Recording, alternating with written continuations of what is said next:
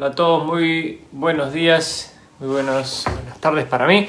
Bienvenidos entonces a la lectura del libro de la Ley del Uno. Estamos en el libro número 4 de 5 libros y hoy es el especial Día de la Madre, que me informaron, ¿no?, que es el Día de la Madre en Uruguay. Yo ya hace 12 años me fui de Uruguay y ya me pierdo un poco con las fechas por allá. Entonces, vamos a ver si recupero el texto aquí.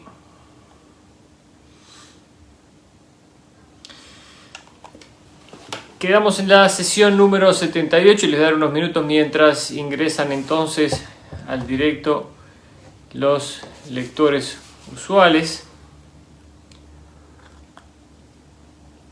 Y hoy estaba pensando justamente acerca del despertar de la conciencia y cómo no nos hemos podido dar cuenta de las cosas obvias, si se quiere, que están frente a nosotros y que nos dan la pista, la pauta de lo que está sucediendo en este mundo, y nos muestra también cómo hemos sido llevados en esta línea de pensamiento y estamos tan metidos en esa línea de pensamiento que no podemos ver nada fuera de ello.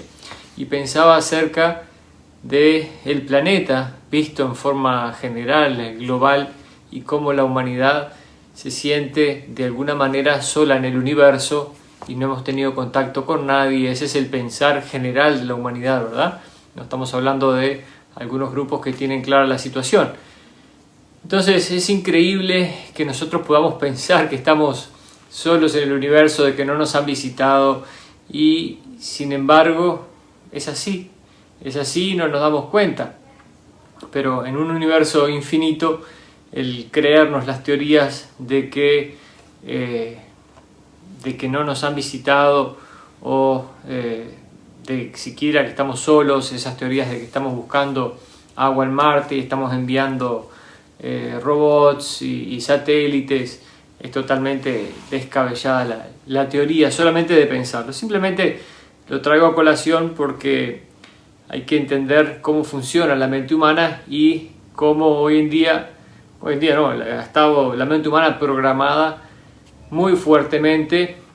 Y justamente una de los pasajes de la película Matrix, la primera película Matrix, creo que es cuando Neo está con Morfeo en la ciudad de Nueva York, si no me equivoco, había mucha gente, estaban esperando para cruzar la calle, y Morfeo le dice que esas personas que ellos están tratando de liberar sus mentes, son también parte del enemigo, justamente porque están tan metidos en la Matrix y en la idea de la Matrix que el despertarlos abruptamente causaría un gran desbalance a esas personas. Y eso es lo que ocurre en este mundo, y por eso el despertar de la conciencia es paso a paso, es un despertar lento, porque si nosotros nos enteráramos de golpe toda la fantasía que estamos viviendo, sería un golpe muy fuerte para la psiquis humana. Y así es que entonces vamos paso a paso, día a día, entendiendo las cosas de a poco, abriéndonos camino en el entendimiento del uso de la energía, la creación, el universo, etcétera, etcétera. Pero lleva y requiere bastante trabajo para llegar a entender de que vivimos en un mundo cuyas mentes han sido dominadas por seres no terrestres a través del uso de seres terrestres que tienen la tendencia del servicio al yo, ¿verdad? Personas que son proclives al deseo de poder, y entonces los utilizan para controlar a la humanidad. Muy interesante, como se los he dicho algunas veces, si ven la película Matrix, la número 1, desde este punto de vista, van a quedar fascinados con la cantidad de contenido. Hola Alicia, hola Graciela, buenos días, feliz día, no sé si son mamás. Me parece que es el Día de la Madre en Uruguay. Hola Mati. Entonces, estamos tocando el tema de los arquetipos, el arquetipo de la mente humana y cómo nuestro logos y a través del sublogos crea, crea los sistemas o crea los modelos a través de los cuales mente, cuerpo y espíritu se van a desarrollar para poder realizar o lograr el avance espiritual. Dice el interrogador, ¿existe alguna relación entre los arquetipos y los planetas de nuestro sistema solar? Y dice Ra, esta no es una pregunta simple, propiamente dicho, los arquetipos guardan cierta relación con los planetas. Sin embargo, esta relación no es expresable en vuestro lenguaje. No obstante, ello no impide que algunos de vosotros que se han convertido en adeptos traten de nombrar y de describir esas relaciones. Para entender de la forma más pura posible los arquetipos, si podemos emplear este término poco apropiado, es oportuno ver los conceptos que constituyen cada uno de ellos y reservar el estudio de los planetas y otras correspondencias a la meditación. Entonces, sí hay ciertas correspondencias en los arquetipos dentro de los planetas de nuestro sistema. Dice el interrogador, simplemente me parecía que puesto que los planetas son una extensión del logos y puesto que la mente arquetípica, es la base de la experiencia, los planetas de este logos podrían estar relacionados. Ciertamente seguiremos vuestra sugerencia. Dice, he tratado de obtener un punto de apoyo en una percepción no distorsionada. Podría decirse que la mente arquetípica. Me parece que todo lo que he leído acerca de los arquetipos ha sido, en un grado u otro, deformado por los autores y por el hecho de que nuestro lenguaje no es realmente capaz de ofrecer una descripción. Estoy hablando del mago como de un arquetipo básico y de que parece que ha sido transmitido desde la octava precedente. Pregunta, ¿este sería el orden, si existe tal orden? El primer concepto arquetípico para este logos es el concepto del mago. Dice, soy Ra. Quisiéramos responder primero a vuestra confusión respecto a los diversos escritos que tratan el tema de la mente arquetípica. Podéis considerar perfectamente la diferencia tan instructiva entre una cosa en sí y sus relaciones o funciones. Existen numerosos estudios sobre los arquetipos, que son en realidad estudios de funciones, relaciones y correspondencias. El estudio de los planetas, por ejemplo, ilustra el arquetipo considerado como una función. Sin embargo, los arquetipos son, en primer lugar y más profundamente, conceptos en sí mismos, y la reflexión sobre ellos y las relaciones más puras entre sí debería ser la base más útil para el estudio de la mente arquetípica. Dice Ra, abordamos ahora vuestra pregunta a propósito del arquetipo que es la matriz de la mente. En cuanto a su nombre, el nombre del mago es comprensible cuando se considera que la conciencia es el gran fundamento, el gran misterio y la gran revelación que hace posible esta densidad particular. La entidad consciente de sí misma está llena de la magia de lo venidero. Puede considerarse que está en primer lugar, pues la mente es el primero de los complejos que debe desarrollarse por quien estudia la evolución espiritual. Dice el interrogador, el arquetipo que se denomina la suma sacerdotisa y que representa la intuición, ¿sería propiamente el segundo de los arquetipos? Y dice Ra, así es. Bueno, entonces empezamos. El mago es el primero. Y habla acerca de la magia, la conciencia y cómo es lo que todo lo desarrollan de alguna manera. Dice, la entidad consciente de sí misma está llena de la magia de lo venidero. Bien, seguimos entonces con la suma sacerdotisa. Este es entonces el segundo arquetipo. Representa la intuición. Dice Ra, así es. Veis aquí la recapitulación del conocimiento inicial de este logos, es decir, la matriz y el potenciador. De hecho, el inconsciente puede describirse poéticamente como suma sacerdotisa. El inconsciente, bien. Pues es el potenciador de la mente, y el potenciador de la mente es el principio que potencia toda experiencia. Hemos hablado que hay mucho contenido en nuestro inconsciente, también nuestro subconsciente. La mente es bastante compleja y nosotros no realmente, desde el punto de vista de la vida diaria, no hacemos un fuerte estudio de la mente de ninguna manera. Dice el interrogador: el tercer arquetipo sería entonces la emperatriz y guardaría relación con la meditación disciplinada. Y dice Ra: percibo la intención de formular una pregunta procedente del complejo mental, pero no he tomado conciencia de una expresión vibratoria de sonido. Por favor, repetir la pregunta. ¿Qué manera tan lujosa de decir no te entendí la pregunta? O no la entendí, o no salió la pregunta. Dice el interrogador: preguntaba si el tercer arquetipo es el de la emperatriz y si es correcto decir que ese arquetipo concierne a la meditación disciplinada. Y Ra dice: de manera general, el tercer arquetipo puede considerarse como el catalizador de la mente. O sea, la emperatriz es el catalizador de la mente. Vamos a ir anotando aquí como tercero. Dice: implica mucho más que la meditación disciplinada. Sin embargo, ciertamente gracias a esa facultad, el catalizador se emplea de la forma más eficaz. El tercer arquetipo se denomina emperatriz, quizás confusamente, aunque la intención tras esa cifra sea la comprensión de que representa el inconsciente o parte femenina del complejo mental que se utiliza en primer lugar o se ennoblece, digamos, por la parte masculina consciente de la mente. De ahí su noble nombre. Esto sin duda que requiere mucha meditación y mucho entendimiento, ¿no?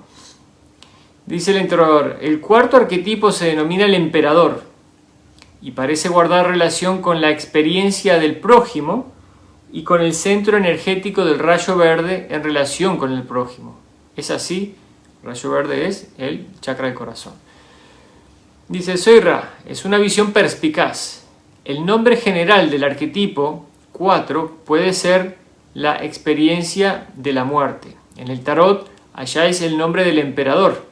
De nuevo, ello implica nobleza y en este caso podemos ver la sugerencia de que es solamente a través del catalizador que ha sido procesado por la conciencia potenciada cuando sobreviene la experiencia. Así pues, es la mente consciente ennoblecida mediante el uso de los vastos recursos de la mente inconsciente.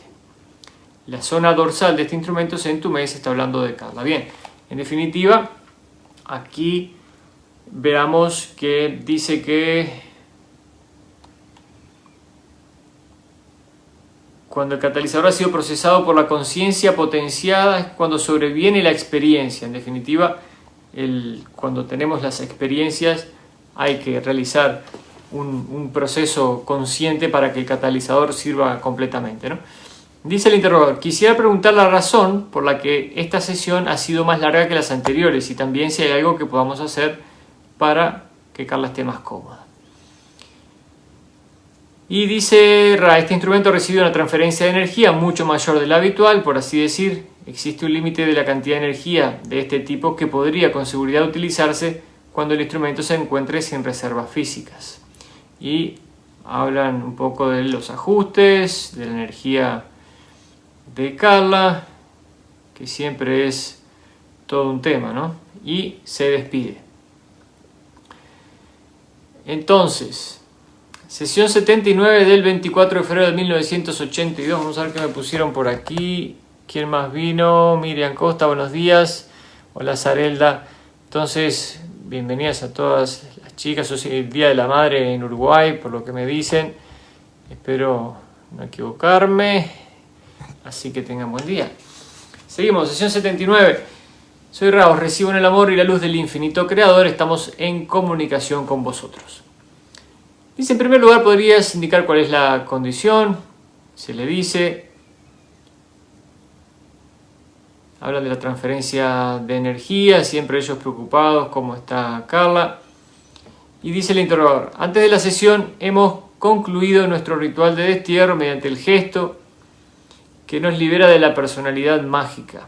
Me pregunto si deberíamos mantener esa personalidad y omitir el gesto mientras recorremos el círculo del uno. Bueno, están hablando de todo el cómo hacen su trabajo, ¿no? Y dice Ra, la práctica del trabajo mágico requiere la honestidad más absoluta.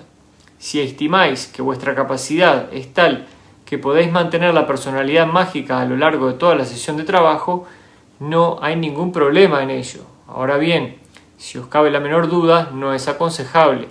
En cualquier caso, lo apropiado es que el instrumento se desprenda de su personalidad mágica en lugar de permanecer en ella durante el estado de trance, pues carece de la capacidad mágica necesaria para operar en esa circunstancia y sería mucho más vulnerable que cuando la personalidad despierta se ofrece como canal.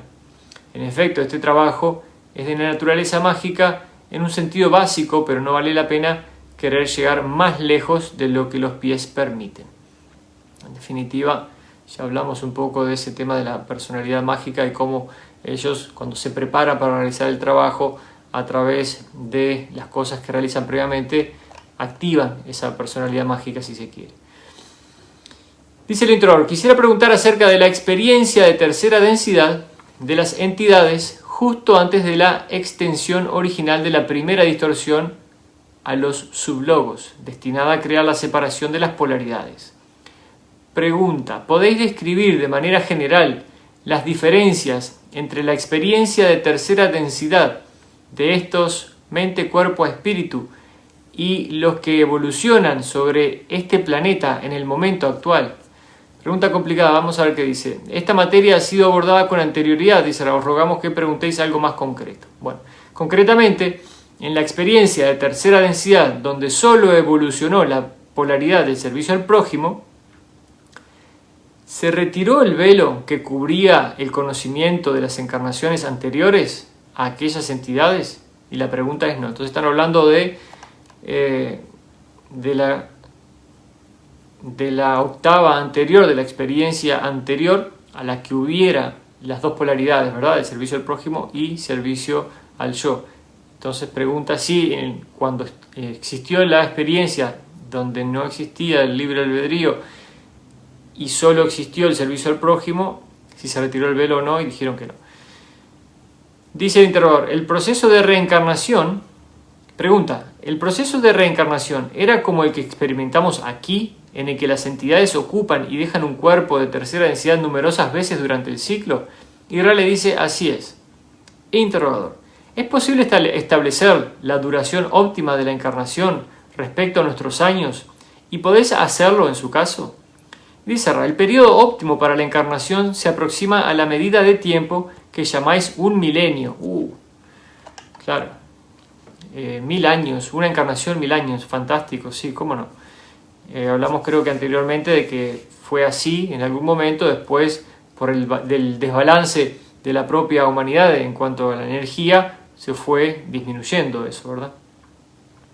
Dice, esta es una constante, podría decirse, con independencia de otros factores de la experiencia de tercera densidad. Entonces, estamos hablando de la duración óptima de la encarnación en tercera densidad, 1000 años, claro. Ahí está el asunto nuestro de la vida tan corta y ahora que estamos viviendo más. Llegamos antes, hace no demasiados años, el que tenía 35 era el viejo del pueblo, ¿no? Así que imagínense cómo el desbalance que tuvo esta humanidad lo llevó o nos ha traído hasta ese punto. Otros seres de quinta densidad viven miles de años y así para arriba, ¿no? Muchos de ellos eligen cuándo dejar su cuerpo, cuando ya ha sido suficiente, pero tienen la capacidad suficiente, la tecnología, y entienden el uso de la energía como para sanar su cuerpo y mantenerlo óptimo, y viven por supuesto también en condiciones condiciones naturales, en condiciones de no contaminación, etcétera. Por eso pueden vivir más tiempo también, ¿no? Qué interesante. Entonces, ¿qué pasa con nosotros? Y viene un poco relacionado a lo que hablé al principio, estamos en estos ciclos de nacer y morir, morir y nacer, nacer y morir, morir y nacer constantemente. El control mental que se ejerce para esta humanidad hace que nosotros continuemos en este ciclo vicioso de encarnaciones y muerte, renacimiento y muerte constantemente. Y justamente lo que decía al principio es que el trabajo en esta vida es tan importante para poder entender que existen otras maneras, otros planetas, otros lugares, y que no necesitamos tampoco venir aquí y constantemente, y que hay una salida. ¿Cuál es la salida? Es la salida famosa de la Matrix, ¿no? Entender qué es esta realidad, entender que esta es una escuela muy dura a la que no es obligatorio venir si se quiere, ¿no? Así que continuamos. Dice el introductor: antes de la extensión de la primera distorsión, el velo o la pérdida de conciencia no tenía lugar. Antes de la extensión de la primera distorsión, el velo o la pérdida de la conciencia no tenía lugar. De ahí infiero que este velo o pérdida del recuerdo consciente de lo que ocurrió antes de la encarnación fue la primera herramienta para extender la primera distorsión. Dice, ¿es así? Dice Ra, vuestra exactitud es limitada. Esa fue la primera herramienta. A ver. Dice el introductor: de lo que decís dedujo que el Logos, para conseguir su objetivo, concibió primero una herramienta que permitiera separar el consciente del inconsciente en el curso de lo que llamamos encarnaciones físicas. ¿Es así? Y Ra dice sí.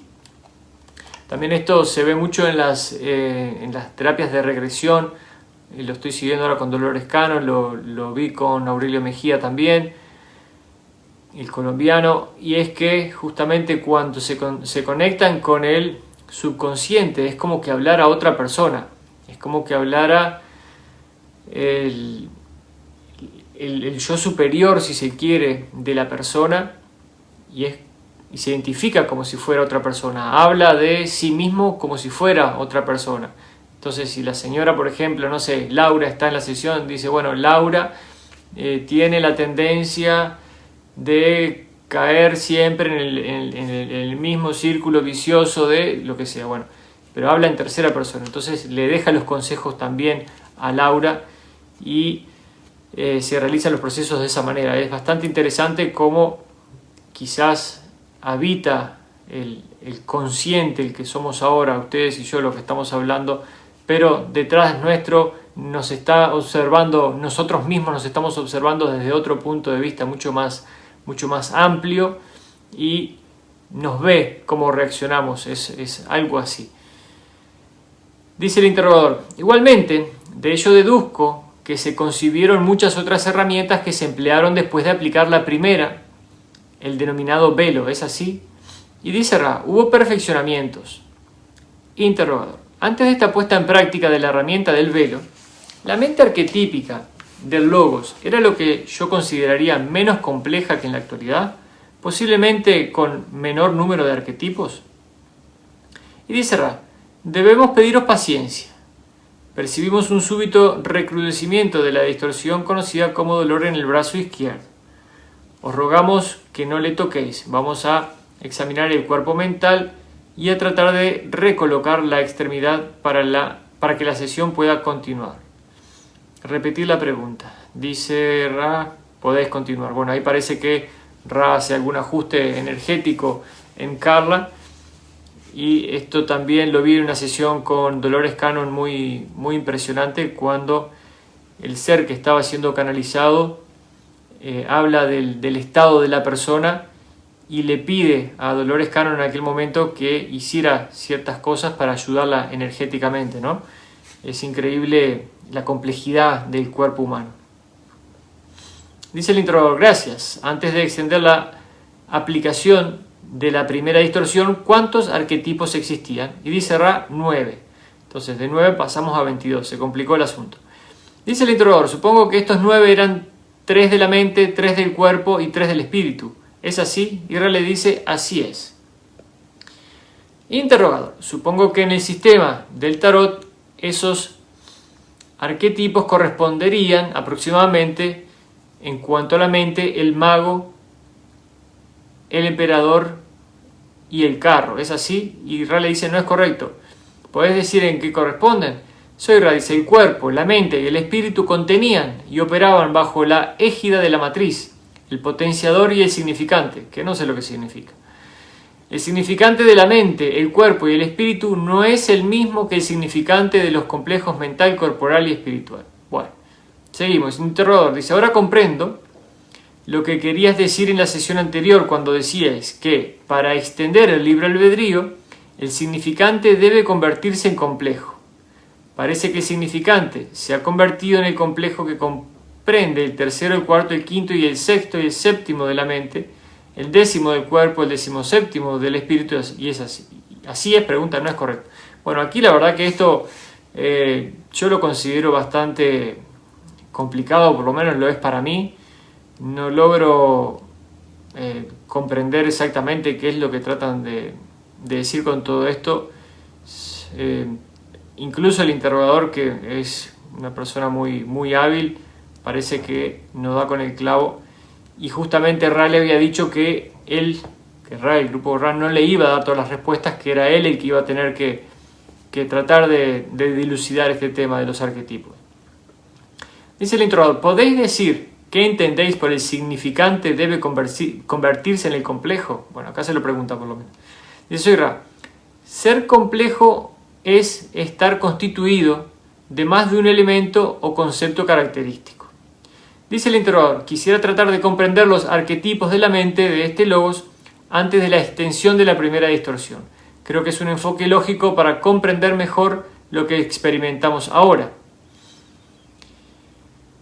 A ver, vamos a seguir adelante. Dice Zohar, la matriz de la mente es aquello de lo que todo proviene. Es inmóvil y sin embargo es el activador en potencia de toda actividad mental.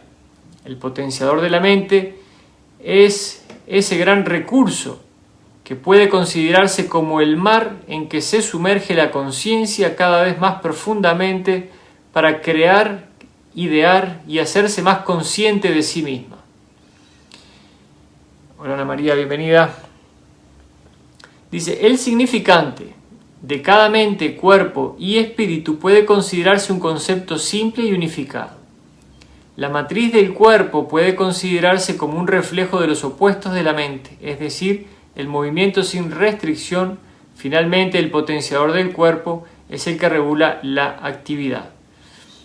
Bueno, esto aquí se puso muy metido en el potenciador de la cuestión, así que vamos a buscar aquí algo más interesante rápidamente. Dice, así pues, puede verse esta matriz como la oscuridad más profunda y el potenciador del espíritu como la influencia más súbita de despertar, de iluminación y de influencia generadora. Esta es la descripción de los arquetipos 1 a 9 antes del inicio de la influencia del co-creador o del reconocimiento del libre albedrío por el sublogos, ¿verdad? Ahí cuando se hizo el reconocimiento del libre albedrío por el sublogos fue cuando se crea entonces las dos polaridades, servicio al prójimo y servicio al yo, cuando solo había el servicio al prójimo.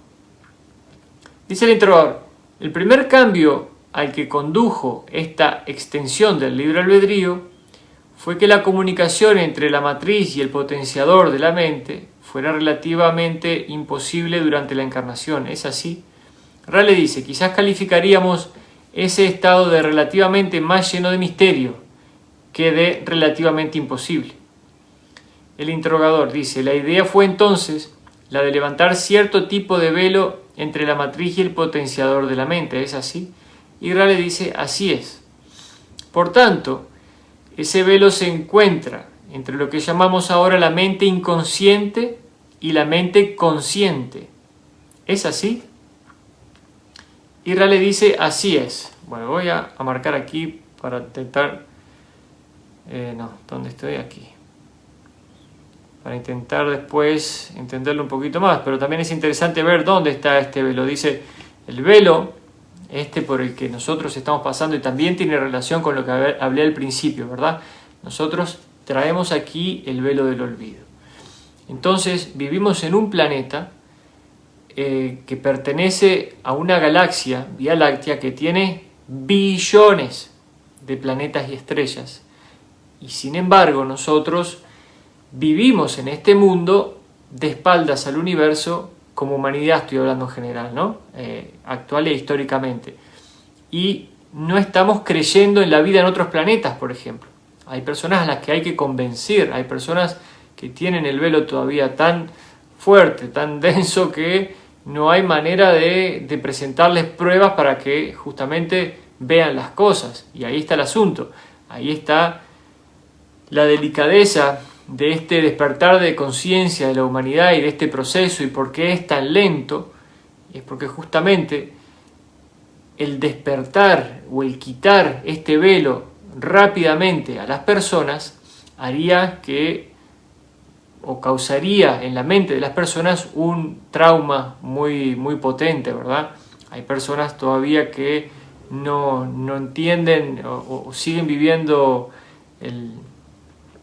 la idea de separación entre vida y muerte, o están no creyendo en seres diferentes en el universo, o que pudieran haber seres humanoides en el universo, o seres felinos, o seres reptiloides, etc. Entonces lo toman todo como con escepticismo. Entonces imagínense si de buenas a primeras se retirara el velo de las personas, sería muy duro para todos ellos verse enfrentados a todas estas verdades muy rápidamente. Por eso, de nuevo, el proceso es lento. Y dice aquí, el velo se encuentra en lo que llamamos ahora la mente inconsciente y la mente consciente. Y Raleigh dice que así es. Dice el interrogador, probablemente la intención del Logos fue permitir a la mente consciente una mayor libertad en virtud de la primera distorsión, por libre albedrío, al separarla, por decir así, el potenciador o inconsciente, que tenía una mayor comunicación con la totalidad de la mente. Por tanto, permitía el nacimiento de partes no instruidas, por utilizar un término poco apropiado, de la conciencia. ¿Es así? En general le dice que sí. Dice el introductor, ¿podrías especificarlo o esclarecerlo más? Dice Ra, para poder hacerlo hay material intermedio que debe ser explicado antes. Dice el interrogador, dice, de acuerdo, entonces, este experimento simple fue llevado a cabo y su producto observado antes de tratar de conseguir mayor complejidad. Y dice Ra, como hemos dicho, ha habido un gran número de experimentos sucesivos. Importante lo que se está diciendo aquí, ¿verdad? Y justamente tiene relación con el tema de moda en algunos canales, que habla acerca de la Federación de Planetas y su papel en lo que está ocurriendo en este mundo. Como ellos, hay mucha gente ofendida, realmente dolida en cómo la Federación permite que ocurra en este mundo lo que ocurre. E incluso eso solo desde el punto de vista de lo que ve la gente en general, y no sabe lo otro que ocurre tras bambalinas, digamos, ¿no? O la idea es vaga realmente. La gente se asombra por el hambre en el mundo, la violencia, pero no tiene idea de las cosas que pasan tras bambalinas y qué está en juego en todo eso. Entonces vemos que esta creación, esta humanidad, es, si se quiere, un experimento al que se le van agregando, poniendo y sacando cosas desde niveles muy superiores, desde niveles del creador de esta realidad que es nuestro Sol, de nuestra matriz, siendo que él ha sido creado por el Sol central. En definitiva, el juego, la matriz, planeta Tierra, tiene una manipulación en cuanto a, no la palabra en términos negativos, pero justamente cómo se ha manipulado y complejizado esta realidad para tener un resultado que es el que ellos están buscando, que es justamente la expansión de conciencia a niveles que no se han visto antes. Por eso es que crean, agregan, ponen y sacan en esta realidad todo lo que ocurre, y en este mundo la gente lo vive o lo vivimos muy desde lo profundo, por supuesto, cuando ellos lo ven desde afuera como si fuera una especie de juego de la vida donde las almas van a experimentar, pero no entienden siquiera o quizás sí cómo se vive esto acá adentro. Por eso hay muchas personas hoy en día que están enviando sus videos y poniendo sus quejas a la federación, cuando en realidad hemos elegido estar aquí. Y por supuesto la gran pregunta es ¿cuánto es suficiente, ¿verdad? ¿Hasta dónde van a llegar con este juego, entre comillas, de la vida en este planeta, hasta detener toda la barbaridad que ocurre, si se quiere? Pero bueno, como hemos dicho antes también, es todo parte de un plan, solo que parece a veces que el plan se extiende y se extiende y se extiende hacia la oscuridad y no hacia la luz. Pero bueno, vamos a ver qué más dice. Dice el interrogador, me preguntaba esto, dice, puesto que parece ser que el quid de la cuestión es el gran punto de giro entre ninguna extensión de la primera distorsión y su extensión. ¿Cuál fue el resultado de esa experiencia original que se creó a partir de ella? Dice Soyra, esta materia se ha cubierto anteriormente. El resultado de estas experiencias ha sido una experimentación más rica, variada e intensa del creador por parte del creador. Bueno, acá está, ¿no? Dice, el resultado de estas experiencias ha sido una experimentación más rica, variada e intensa del creador por parte del creador. Y aquí está mi pregunta. Entonces, ¿por qué? ¿Por qué hay que llegar? ¿Por qué el creador justamente necesita llegar a esto que por mucho a veces se siente morboso? Y el que está afuera contesta, bueno, cuando no te guste te puedes retirar, porque es para lo que ha sido creado esto aquí. Y me parece justamente, y quiero volver a dar énfasis en el asunto, increíble cómo esta realidad, creada absolutamente, artificialmente si se quiere, está siendo vivida por todos. Solo cabe mirar, ir a una cafetería o sentarse en la vereda y ver a la gente pasar viviendo en este mundo, totalmente compenetrados con la realidad de este mundo, sin saber que es una película, si se quiere, creada donde las personas van caminando justamente con todo su bagaje mental que ha sido puesto ahí justamente para guiarlos de cierta manera a lo largo de su experiencia y su existencia, ¿no?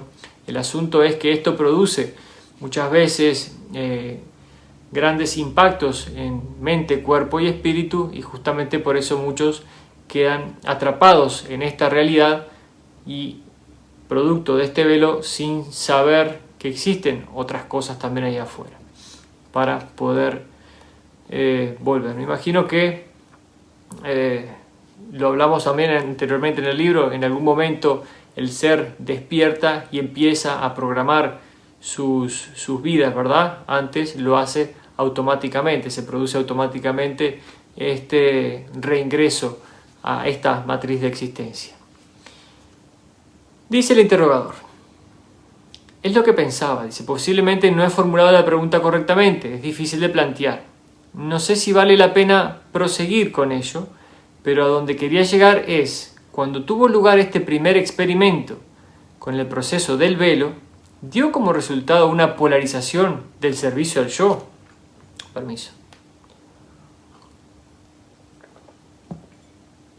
Y dice Ra, los primeros logos, por utilizar ese término, produjeron complejos mente, cuerpo, espíritu, del servicio al yo y del servicio al prójimo de manera inmediata. La aptitud para la cosecha de estas entidades no fue tan rápida, y así se desarrollaron rápidamente los refinamientos de los arquetipos. Dice el interrogador, ahora estamos llegando a lo que trataba de determinar. Pregunta, ¿en ese punto seguía habiendo solo 9 arquetipos y acaba de correrse el velo entre la matriz y el potenciador de la mente? Dice, soy Ra. Había 9 arquetipos y numerosas sombras. Interrogador dice, por sombras, ¿queréis decir lo que yo calificaría de nacimiento de pequeñas inclinaciones arquetípicas? Y dice Ra, más bien describiríamos esas sombras como pensamientos incipientes de estructuras útiles no completamente concebidas todavía. El interrogador dice, ¿existe la elección en ese momento durante la creación de la primera polaridad del servicio al yo? Existe la elección en ese momento. Vamos a ver, dice Ra, el concepto de elección está implícito en la puesta en práctica del velo, de la separación de los arquetipos. Los refinamientos de ese concepto han requerido numerosas experiencias. Dice el interrogador nuevamente, siento tener tanta dificultad para plantear las preguntas, pero es una materia que me resulta muy compleja. Dice Amael, anda por ahí Amael, ¿qué cuenta? A ver, estamos aquí con Álvaro, María Carvalho también anda por aquí.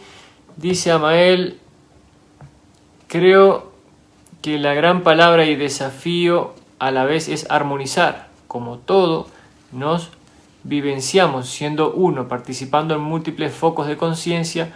Cada uno de ellos puede en simultáneo experimentar ambas posiciones en simultáneo, armonizar, disolver la falsa dualidad.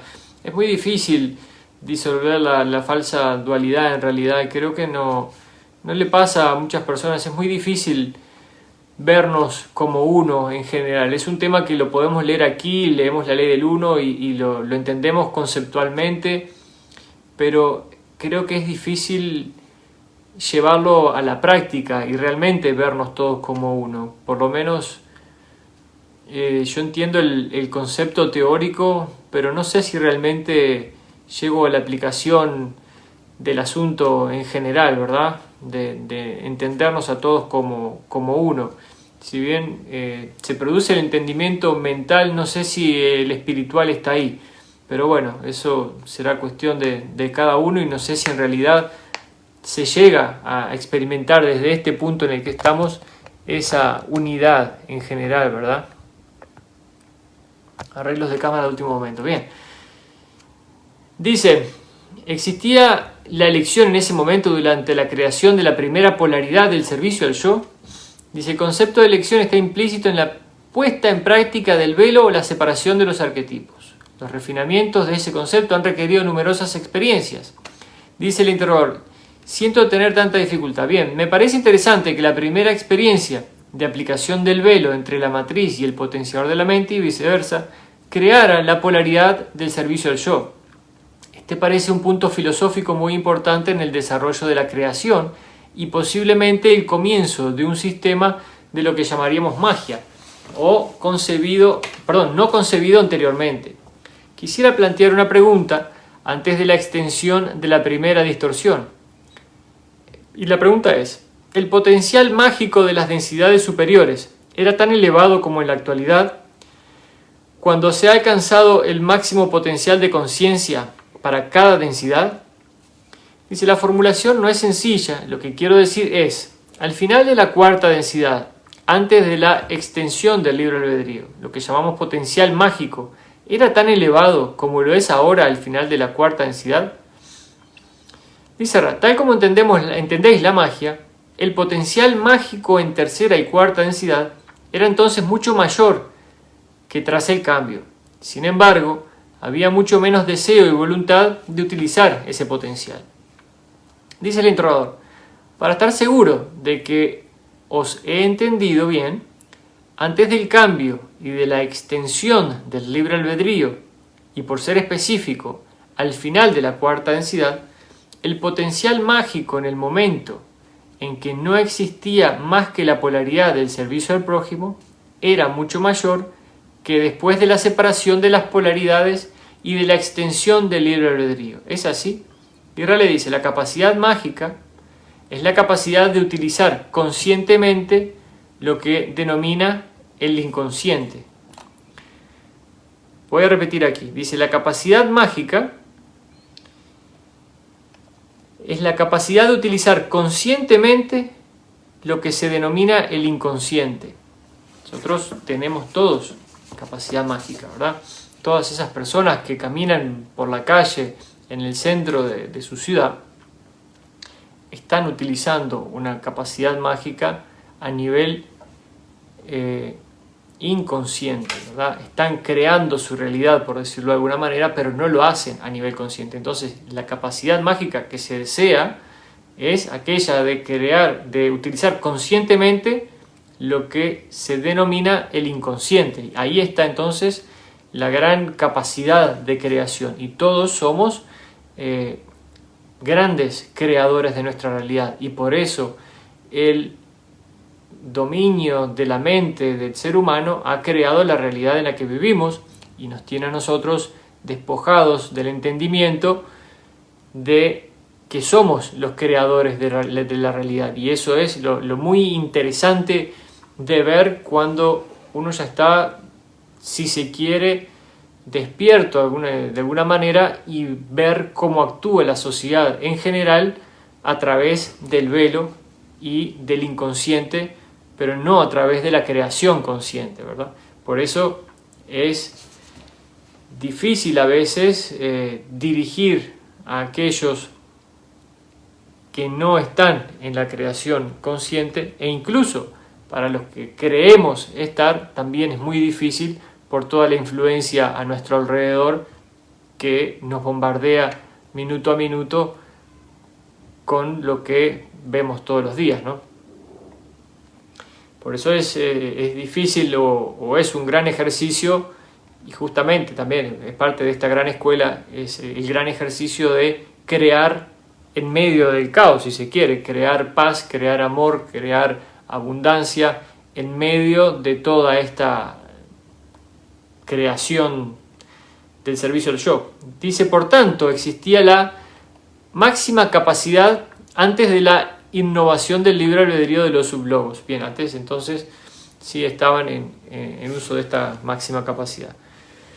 Dice el introductor, actualmente estamos experimentando los efectos de un número más complejo o mayor de arquetipos, y supongo que lo que experimentamos ahora en la mente son los siguientes. Tenemos el mago y la suma sacerdotisa, que corresponden a la matriz y al potenciador, con el velo que se ha corrido entre ellos, que es el primer creador de la extensión de la primera distorsión. Es así. Y dice, no podemos contestar a esa pregunta sin haber abordado antes el material intermedio correspondiente. Y dice el interrogador, el siguiente arquetipo, la emperatriz, es el catalizador de la mente, el que actúa sobre la mente consciente para cambiarla. El cuarto arquetipo es el emperador, la experiencia de la mente, que es el material almacenado en el inconsciente, el que crea sus tendencias continuas. ¿Es correcto mi análisis? Y Raleigh dice, aunque el análisis es demasiado rígido, percibes las relaciones correctas. Hay muchas interrelaciones dinámicas entre estos cuatro primeros arquetipos.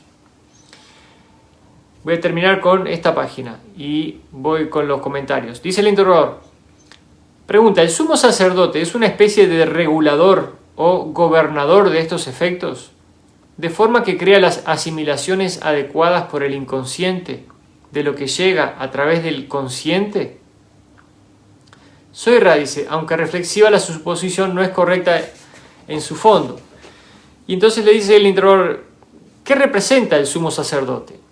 Y dice Ra, por su naturaleza, el sumo sacerdote es el significante del cuerpo, la mente. Dice Ra, corrigió este error en la sesión 80, el sumo sacerdote es el significante de la mente. ¿Okay? El sumo sacerdote es el significante de la mente.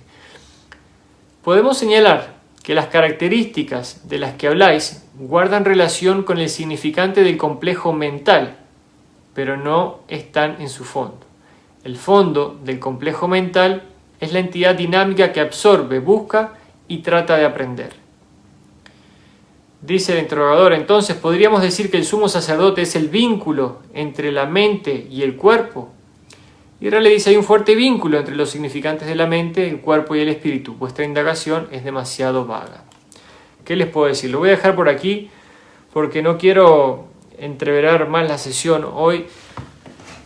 Son conceptos muy profundos de justamente la profundidad de la mente, cuerpo y espíritu. Nosotros, algo que lo vemos desde la simpleza, tiene nuestra creación, tiene lo que nosotros somos, una complejidad muy, muy grande.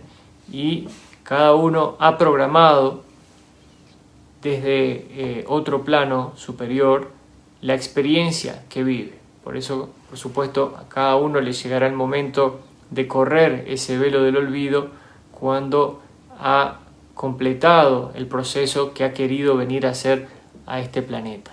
Entonces, creo que de alguna manera los que estamos aquí, a todos les va a ocurrir, porque estamos justamente en este proceso de cambio tan fuerte que está haciendo que las personas despierten a esta realidad espiritual de una manera o la otra. Vamos a leer lo que ustedes ponen por aquí. Lo último que leí fue lo de Amael. Querido Amael, ¿cómo estás? Te mando un gran abrazo, Amael. Dice Amael, no es tan difícil, creo que lo hacemos difícil, sí.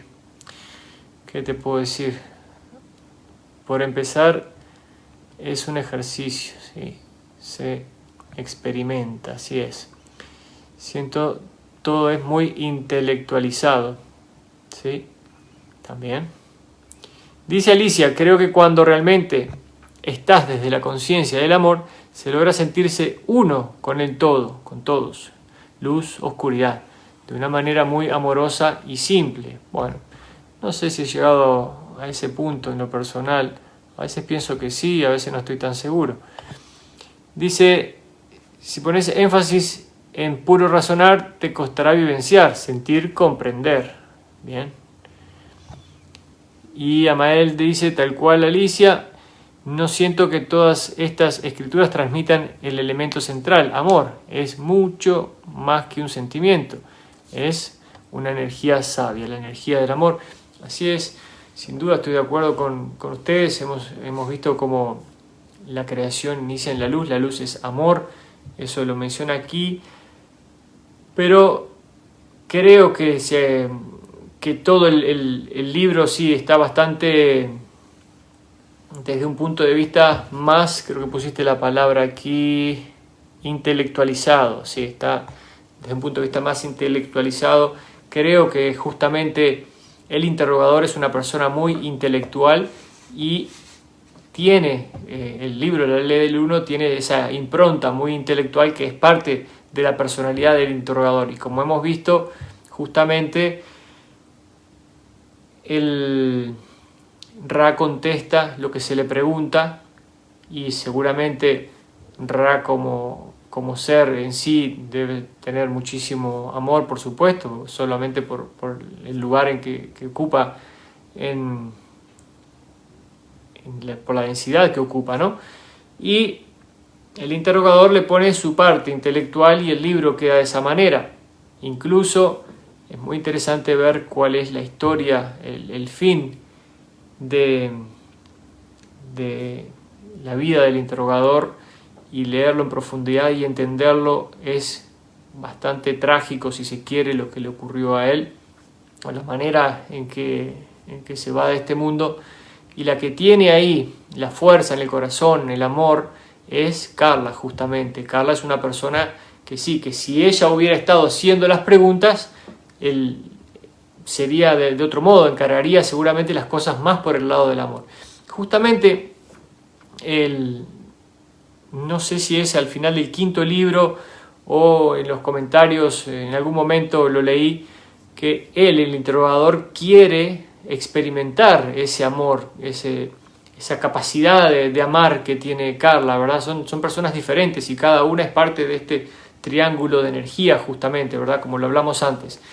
Y en este deseo de sentir lo que Carla siente, hubo una cuestión mágica, por decirlo de alguna manera, hubo una transferencia de algún tipo en la que él, Carla lo explica muy bien en uno de los libros, lo voy a buscar a ver si lo puedo encontrar, a ver si está en español. Él siente lo que siente Carla y el sentir un amor tan profundo, tan grande, a él lo descontrola, porque él no estaba preparado o no había sentido estas sensaciones antes, y él pierde un poco el hilo de la realidad a través de esto que ocurrió, y su vida termina un poco trágicamente. Así que bueno, entiendo lo que decís, Amael, sin duda es así, pero bueno, es parte también del trabajo que hicieron, y creo que en definitiva es un trabajo muy interesante también, que lo podemos complementar con otros libros que también creo que van un poquito más para el lado del amor. Por ahora sería todo, entonces gracias por sus comentarios, gracias por estar aquí. Vamos a ver si mañana voy a elegir las partes más contundentes. No sé, en cuanto a mí, por lo general, por lo menos hasta ahora, la parte de los arquetipos no me es tan interesante o no lo entiendo tanto como las partes anteriores. Quizás voy a hacer un poquito más de zapping aquí para buscar el contenido más fuerte y dejar el resto para que ustedes lo estudien si así lo quieren hacer. Les mando un beso, que pasen bien. Y Amael dice aquí, por último, transmite conflicto en sí, la modalidad en lo que encara. Es muy simple el ser, sabe, siente y puede. ¿Sí? Bueno, me alegro, Amael, que lo entiendas así. Entonces, te mando un gran abrazo, un abrazo para todos, que pasen bien y nos vemos mañana. Chau, chau.